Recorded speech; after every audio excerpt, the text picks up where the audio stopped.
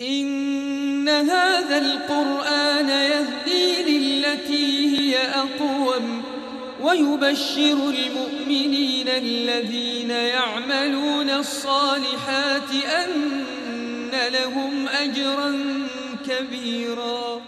قرآني نبض حياتي، قرآني طهر ذاتي، قرآني عصمة أمري، قرآني طوق نجاتي، قرآني طوق نجاتي. الحمد لله نحمده ونستعينه ونستغفره ونؤمن به ونتوكل عليه ونعوذ بالله من شرور أنفسنا ومن سيئات أعمالنا، من يهده الله فلا مضل له ومن يضلله فلا هادي له، ونشهد أن لا إله إلا الله وحده لا شريك له، ونشهد أن سيدنا ومولانا محمدا عبده ورسوله، أما بعد. پروگرام اعجاز القرآن کے ساتھ عبدالخالق ہمدرد آپ کی خدمت میں حاضر ہے، اور اس سلسلے کے پروگراموں میں ہم آپ کے سامنے یہ بات واضح کرنے کی کوشش کر رہے ہیں کہ قرآن کریم تمام انسانوں کے لیے کتاب ہدایت ہے، اور یہ نبی کریم صلی اللہ علیہ وسلم کا دائمی معجزہ ہے جو انسانوں کے سامنے ہے، اور اس کے معجزہ ہونے کو ہر وہ آدمی محسوس کر سکتا ہے جو اس کو محسوس کرنا چاہے. اور اس کے معجزہ ہونے کے مختلف پہلو اور مختلف رخ ہیں جن کے اوپر کچھ بات ہو چکی اور کچھ انشاءاللہ آئندہ پروگراموں میں ہوگی. تو ان میں سے ایک پہلو یہ ہے کہ قرآن کریم نے مستقبل کے واقعات کو اس طرح سے بیان کیا ہے کہ جیسے وہ ابھی ہو رہے ہیں اور وہ واقعات اسی طرح سے ہو چکے. تو یہ غیب کی خبریں ہیں جو قرآن کریم نے دی ہیں، اور وہ واقعات اسی طرح ہو چکے ہیں جن کو ایمان والوں، مسلمانوں اور کافروں سب نے یکساں طور پر اس کو قبول کیا اور ان کو مانا کہ واقعی قرآن کریم نے سچ کہا. اور اس طرح سے کہ ایک دو نہیں بلکہ کئی واقعات پہلے وقوع پذیر ہو چکے ہیں، اور بہت سی باتیں جن کا قرآن کریم نے کہا ہے کہ وہ آئندہ ہوں گی، تو انشاءاللہ وہ بھی اسی طرح ہوں گی جس طرح سے دوسرے واقعات پہلے ہو چکے ہیں. یہ ایک مسلمان کا ایمان ہے. تو اس سلسلے میں اس واقعے کو دیکھیے کہ مسلمانوں نے جب ہجرت کی اور مدینہ میں یہ آیات جو ہے وہ اتری. اعوذ باللہ من الشیطان الرجیم، بسم اللہ الرحمن الرحیم.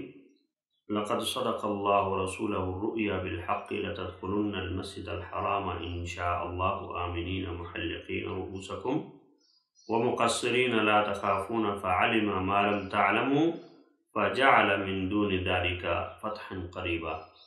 کہ یقیناً اللہ تعالیٰ نے اپنے پیغمبر کے خواب کو درست کر دیا کہ تم لوگ ضرور بضرور مسجد حرام میں داخل ہوگے اگر اللہ چاہے گا، امن کے ساتھ، سر مونڈ کر، یا جو ہے نا سر کو جو ہے نا اس کا بال جو ہے نا وہ کاٹ کر، اور کوئی خوف نہیں ہوگا، کوئی خوف نہیں ہوگا، اور اس کو ان چیزوں کا علم ہے جو تم نہیں جانتے.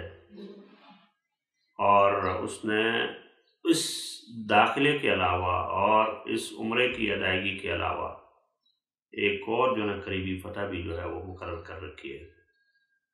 یہ آیات جب نازل ہوئی تو اس میں یہ بات واضح تھی کہ گویا قرآن کریم یہ بتا رہا ہے کہ مسلمان مکہ جائیں گے اور وہ امن کے ساتھ عمرہ ادا کریں گے، وہاں سے واپس آئیں گے، کیونکہ نبی کا خواب وہ امر کے معنی میں ہوتا ہے. اور اس کی بھی کئی ساری مثالیں ہیں، جیسے حضرت ابراہیم علیہ السلام نے خواب میں دیکھا کہ میں اسماعیل کو ذبح کر رہا ہوں، تو حضرت اسماعیل سے اسی طرح سے ذکر کیا اور فرمایا کہ انی ارا فی المنام انی اذبحک فانظر ماذا تری، کہ میں نے خواب میں دیکھا ہے کہ تمہیں ذبح کر رہا ہوں، تو تمہارا اس بارے میں کیا خیال ہے؟ یہ نبی کا خواب ہے۔ لیکن میں نے آپ سے پہلے عرض کیا کہ جو غیب کی خبریں ہیں ان کو بتایا جا رہا ہے، بتانے کے بعد ان کا جو مقررہ وقت ہے اس کی تحدید یہاں پر نہیں کی گئی ہے۔ قرآن کریم نے یہ نہیں کہا کہ اسی سال تم جاؤ گے اور داخل ہو جاؤ گے، اور یہ بھی نہیں بتایا کہ اگلے سال تم جاؤ گے اور تم وہاں سے جو ہے نا وہ عمرہ کر کے آؤ گے۔ قرآن کریم نے یہ بتایا کہ تم ضرور مسجد میں امن کے ساتھ داخل ہوگے، اور مسلمانوں کا خیال یہ تھا کہ ہم اسی سال، جیسے قرآن کریم نے بتایا ہے، اسی سال جائیں گے اور عمرہ ہوگا۔ چنانچہ آپ صلی اللہ علیہ وسلم نے عمرے کی منادی کرائی اور عمرے کی نیت سے مسلمان جو ہے وہ چل پڑے، مدینہ سے نکل گئے۔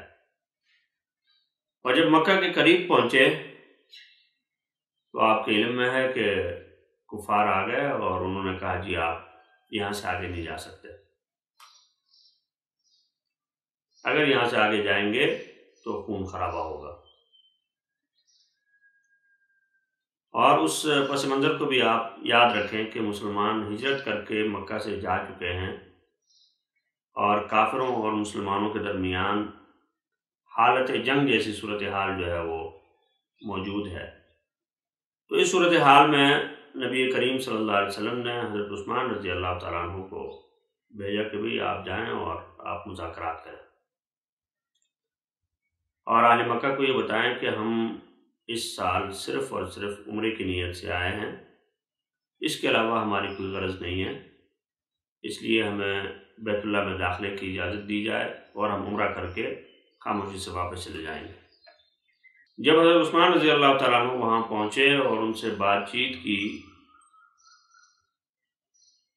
اور وہاں سے وہ واپس نہیں آئے تھے کہ خبر یہ اڑ گئی کہ کفار مکہ نے حضرت عثمان کو شہید کر دیا ہے۔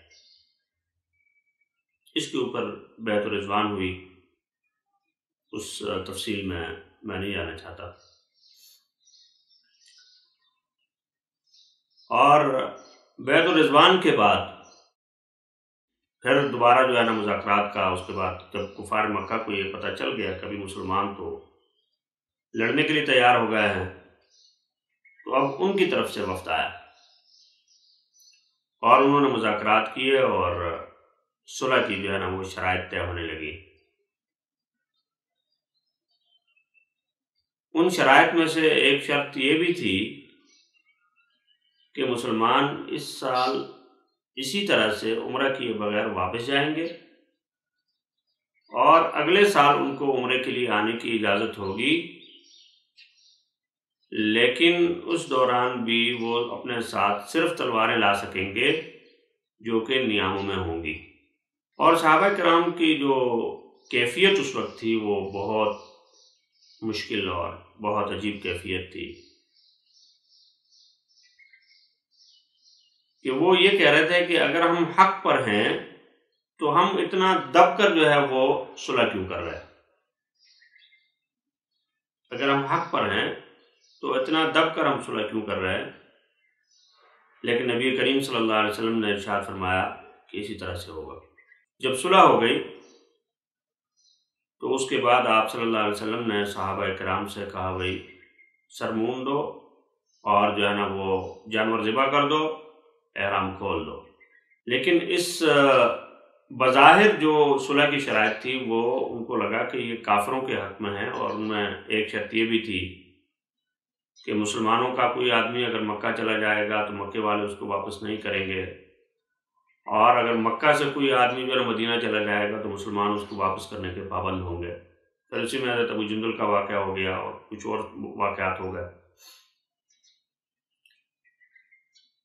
تو یہ جو کیفیت تھی مسلمانوں کی وہ اس وقت اتنی شدید کیفیت، آپ اس کا اندازہ ہم کس طرح لگا سکتے ہیں کہ صحابہ کرام جیسے جانثار، جب ان سے آپ صلی اللہ علیہ وسلم نے ارشاد فرمایا کہ یہ جانور ذبح کرو تو ان کے اندر یہ ہمت نہیں ہو رہی کہ ہم جانور کس طرح سے ذبح کریں. ایسی شرائط ہو گئی، ابو جندل کو واپس کر دیا گیا، اور بہت یہ جو ساری شرائط ہیں یہ تو سب ہمارے خلاف. حتیٰ کہ کفار مکہ نے اس معاہدے میں یہ لکھا کہ یہ صلح نامہ محمد ابن عبداللہ اور اہل مکہ کے درمیان ہے. اور جب حضرت علی نے محمد رسول اللہ لکھا تو انہوں نے منع کیا کہ جی اگر ہم رسول مانتے ہوتے ہم تو پھر اس صورت میں ہمیں جو ہے یہ صلح کرنے اور اس کی کیا ضرورت ہے. نہیں، آپ رسول اللہ نہیں لکھیں گے. تو آپ صلی اللہ علیہ وسلم نے اپنے ہاتھ سے دست مبارک سے جو لفظ رسول اللہ کو مٹایا. تو اس کی جو کیفیت تھی وہ بہت شدید اس کا اثر تھا. اور اس اثر کے دوران جب آپ نے فرمایا کہ قربانیاں ذبح کر دو تو لوگ جو ہے وہ اس جذبات، فرتے جذبات کی وجہ سے نہیں کر سکے. آپ صلی اللہ علیہ وسلم اپنے خیمے میں تشریف لے گئے اور ام المومنین حضرت ام سلمہ رضی اللہ تعالیٰ عنہ ساتھ تھیں. ان سے تذکرہ کیا کہ یہ تو میں نے کہا لوگوں سے کہ قربانیاں ذبح کرو، سر منڈاؤ اور احرام کھول دو، لیکن کوئی نہیں کر رہا. تو دیکھیے یہاں پہ جو مشورہ ہے، نیک مشورہ، اچھا مشورہ، وہ بھی بہت بڑی غنیمت ہے. چنانچہ انہوں نے کہا کہ اس وقت جو جذبات کی کیفیت ہے اس میں حکم کی تعمیل کی شاید کسی میں ہمت نہ ہو. آپ ایسا کریں کہ باہر نکلیں اور سب سے پہلے آپ اپنا سر منڈائیں، اس کے بعد سب خود بخود جو ہے نا سر منڈائیں گے. چنانچہ آپ صلی اللہ علیہ وسلم خیمے سے باہر تشریف لائے اور سر منڈایا. اور جب دیکھا کہ اللہ کے رسول نے سر منڈا دیا تو اس کے بعد صحابہ کرام نے سب نے سر منڈے اور اس پہ توبہ کرنے لگے کہ ہم نے بہت دیر کر دی. اور سیرت کی کتابوں میں یہ مذکور ہے کہ اس وقت کی جو کیفیت تھی کہ لوگوں نے سر کاٹ ڈالے، ایک دوسرے کے سر کاٹ ڈالے، زخمی ہو گئے کہ ہم سے نبی کریم صلی اللہ علیہ وسلم کے حکم کی تعمیل میں اتنی تاخیر ہو گئی کہ آپ نے فرمایا کہ سر منڈاؤ اور ہم نے سر نہیں منڈایا. یہ جانبداری کا ایک دوسرا باب ہے. جو اصل بات غیب کی خبر کی ہو رہی ہے وہ جو ہے اس کی طرف میں آنا چاہ رہا ہوں. چنانچہ مسلمان پہلے سال وہاں سے واپس آئے اور جب مکہ واپس مدینہ پہنچے تو رئیس المنافقین عبداللہ ابن ابی اور جو دوسرے لوگ تھے جو کسی بھی موقع پر مسلمانوں کے بارے میں کوئی بری بات کرنے سے، کوئی پروپیگنڈا کرنے سے چوکتے نہیں تھے، تو وہ کہنے لگے کہ دیکھو کہ ہم گئے لیکن ہم نے نہ سر منڈایا، نہ ہم جو ہے وہ کیا کہتے ہیں اس کو، جیسے قرآن کریم نے کہا تھا کہ تم ضرور داخل ہو گئے، نہ ہم مسجد میں داخل ہوئے، نہ عمرہ کیا، کچھ بھی نہیں ہوا، اور اسی طرح سے جو ہم واپس آ گئے. تو یہ کیا بات ہوئی؟ یہ کیا بات ہوئی؟ تو قرآن کریم نے پھر واضح طور پہ بتایا کہ اللہ تعالیٰ اس خواب کو پورا کر کے رہے گا. لقد صدق اللہ ورسولہ الرؤیا بالحق لتدخلن المسجد الحرام ان شاء اللہ آمنین محلقین رؤوسکم ومقصرین. پھر یہ آیتیں اتری اور اس نے بتایا کہ ضرور تم داخل ہوگے. اور اگلے سال پھر مسلمانوں نے عمرۃ القضاء جو ہے وہ کیا اور جا کے جو ہے نا وہ وہاں سے عمرہ کر کے واپس تشریف لے آئے. تو اب یہ دیکھیں کہ جس وقت آپ صلی اللہ علیہ وسلم نے خواب دیکھا اس وقت کے حالات ایسے نہیں ہیں کہ مسلمان مکہ جا کر وہاں سے عمرہ کر کے واپس آ سکیں. لیکن قرآن کریم بتا رہا ہے کہ تم جاؤ گے، عمرہ کرو گے، مسجد میں داخل ہوگے اور اس کے بعد آؤ گے. اور ہو بہو وہی بات جو ہے نا وہ اگلے سال پوری ہو گئی اور مسلمانوں نے عمرہ کر لیا. یہ واقعہ اور اس طرح کے اور بہت سارے واقعات وہ یہ بتانے کے لیے کافی ہیں کہ قرآن کریم نے جو غیب کی خبر دی وہ اسی طرح سے ہو کر رہی جس طرح قرآن کریم نے بتایا، اور یہ بذات خود اس کے اللہ تعالیٰ کی طرف سے وحی ہونے کی دلیل ہے. اور یہی جو ہے قرآن کریم کا اعجاز ہے. اللہ تعالیٰ ہم سب کو قرآن کریم سے لو لگانے اور اس کے علوم سے مستفید ہونے کی توفیق عطا فرمائے. وآخر دعوانا الحمدللہ رب العالمین. إن هذا القرآن يهدي للتي هي أقوم ويبشر المؤمنين الذين يعملون الصالحات أن لهم أجرا كبيرا. قرآني نبض حياتي، قرآني طهر ذاتي، قرآني عصمة أمري، قرآني طوق نجاتي، قرآني طوق نجاتي.